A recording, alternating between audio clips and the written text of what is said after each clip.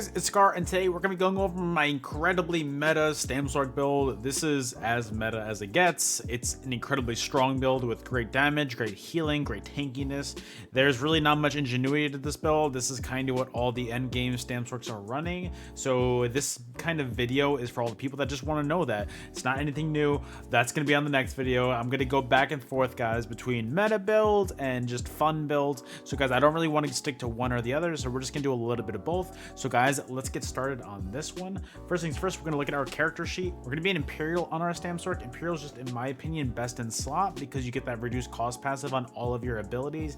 That makes things really helpful for your overall sustain. If you don't have Imperial, I think the best option after that would be Orc. I think Orc would give you a lot of damage and a lot of healing too, because you get that healing passive on Orc every 4 seconds.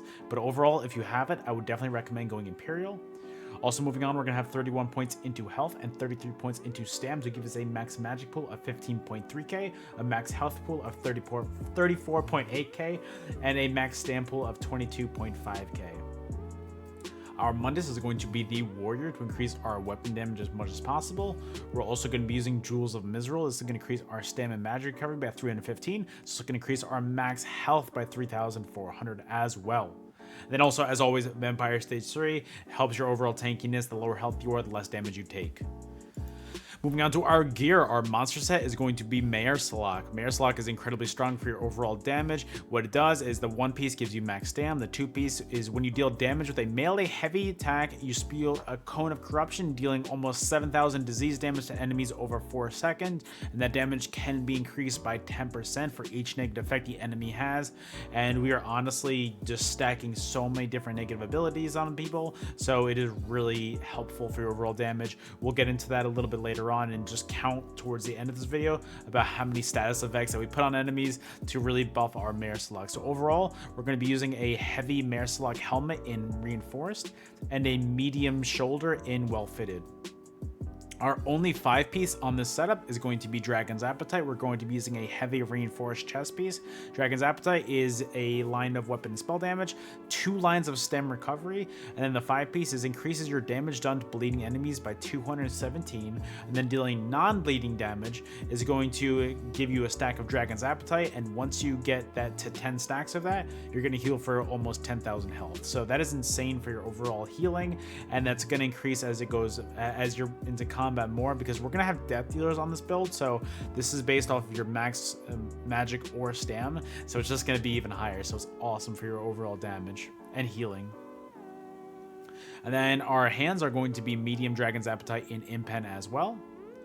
And our waist is going to be a light druid sash in impen. We have 2 extra slots on this build, so we're going to be using 1 druid sash because that's going to give us a line of max health. Then later on, we're also going to be using trainee as well. But before we get to that, we're going to be using medium Dragon's Appetite feet in impen. And then we're also going to be using heavy Dragon's Appetite legs in reinforced. And then our necklace of the trainee, this is going to be this is our other free slot on this build.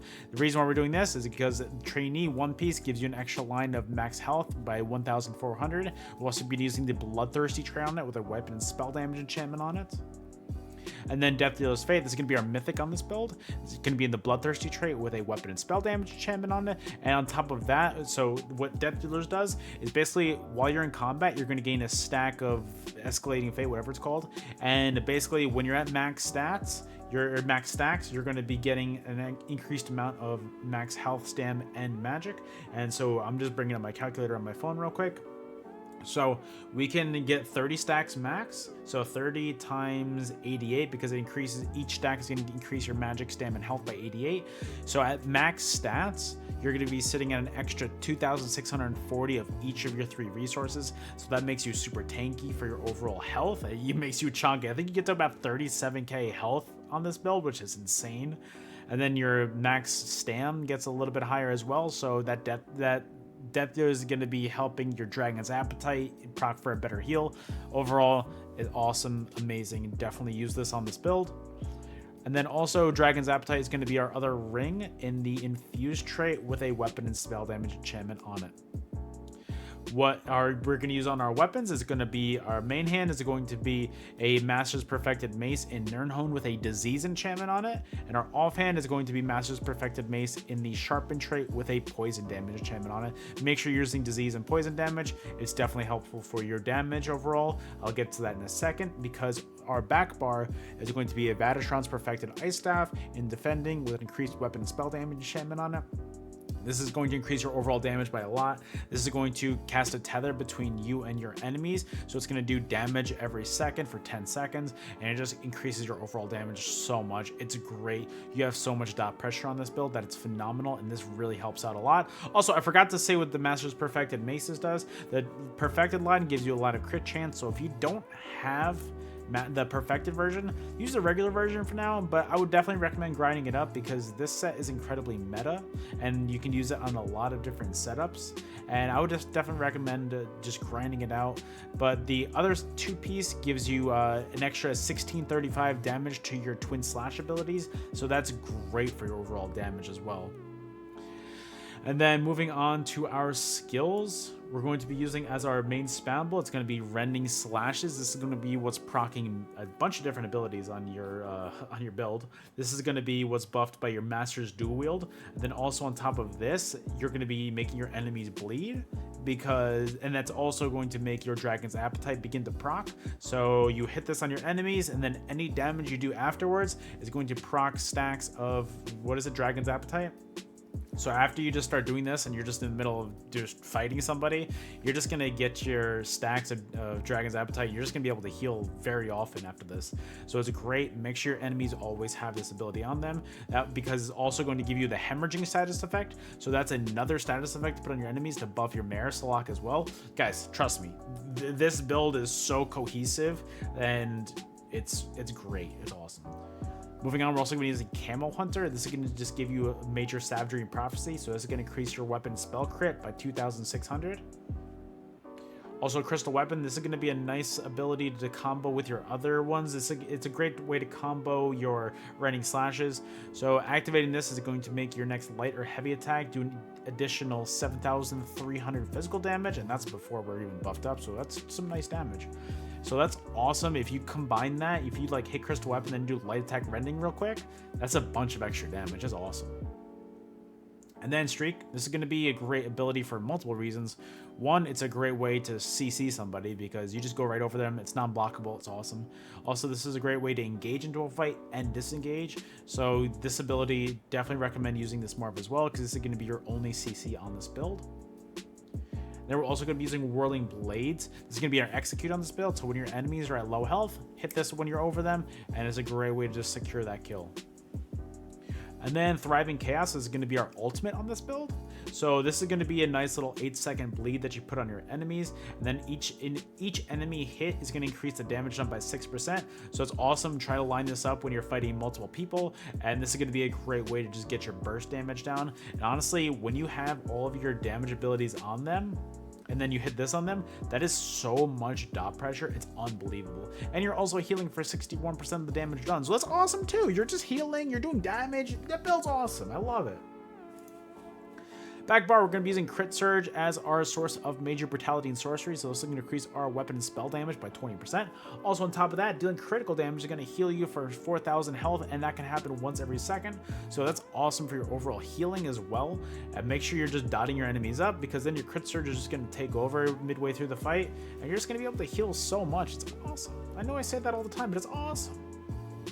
And then Hurricane, this is going to be your source of major resolve, so this is going to increase your physical and spell resistance by 6k. Also, it's going to give you minor expedition, so it's going to increase your movement speed by 15%.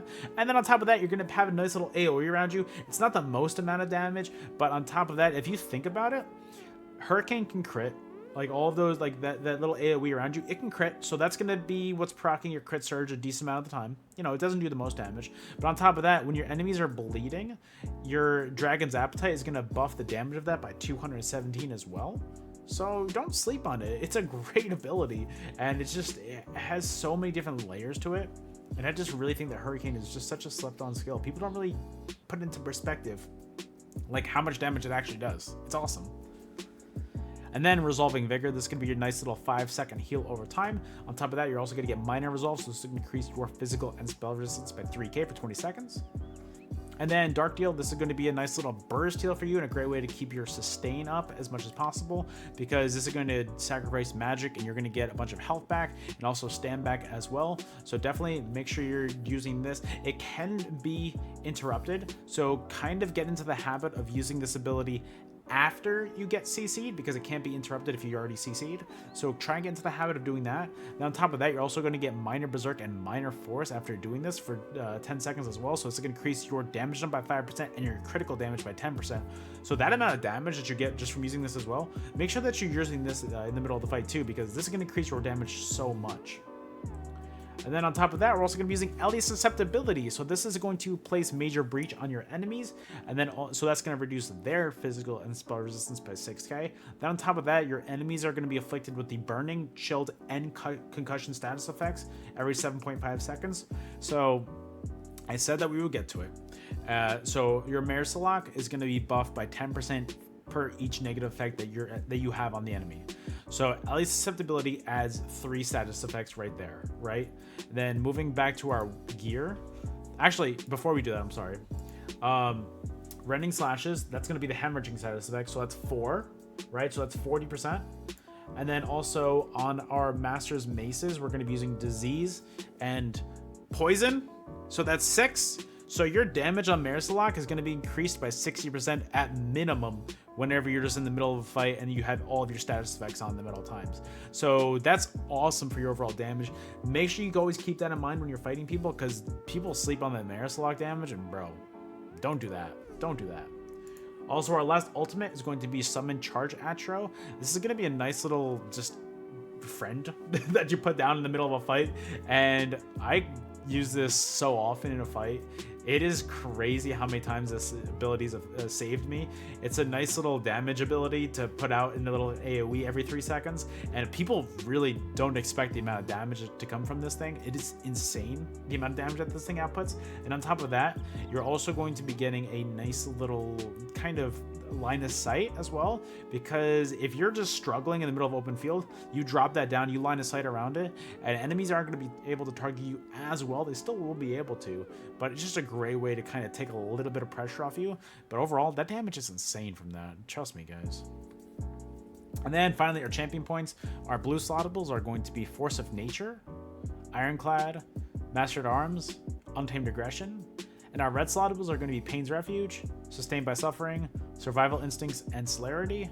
And our green tree, what really care about are Breakfall, Rationer, and Liquid Efficiency. But guys, that is the entire build. I really hope that you guys enjoyed. If you aren't, please do not forget to subscribe to the channel. It helps me out tremendously. We're about to hit like 6,700 or 6,800 subscribers. I forgot what number we're at, but we're getting close to that 7K mark. So with every single person that subscribes to the channel, it really helps me out a lot. I can't stress that enough. Also, if you are already subscribed and still want to support me in a very free way, it's free, I promise. I have a second YouTube channel, which is just my Twitch VODs. If you guys want to go, make sure you're subscribed to that as well. That link will be in the description below. Please make sure that you are subscribed to that as well, because once we get that channel to 1,000 subscribers, I can get it monetized, and it really helps my full-time content creator gig. I can't stress that enough. Please take 2 seconds just to go click that link and make sure you're subscribed. It would help me out tremendously. But guys, that is it from me. I really hope that you guys enjoyed the video and enjoyed the build. I know this is nothing new, but it's just a really meta build, and I really wanted to just put it out there that way you guys can see it. And yeah, that's really it from me, guys. Let's get on with the footage for this build so you guys can see it in action, and I will see you guys on the next video. Later.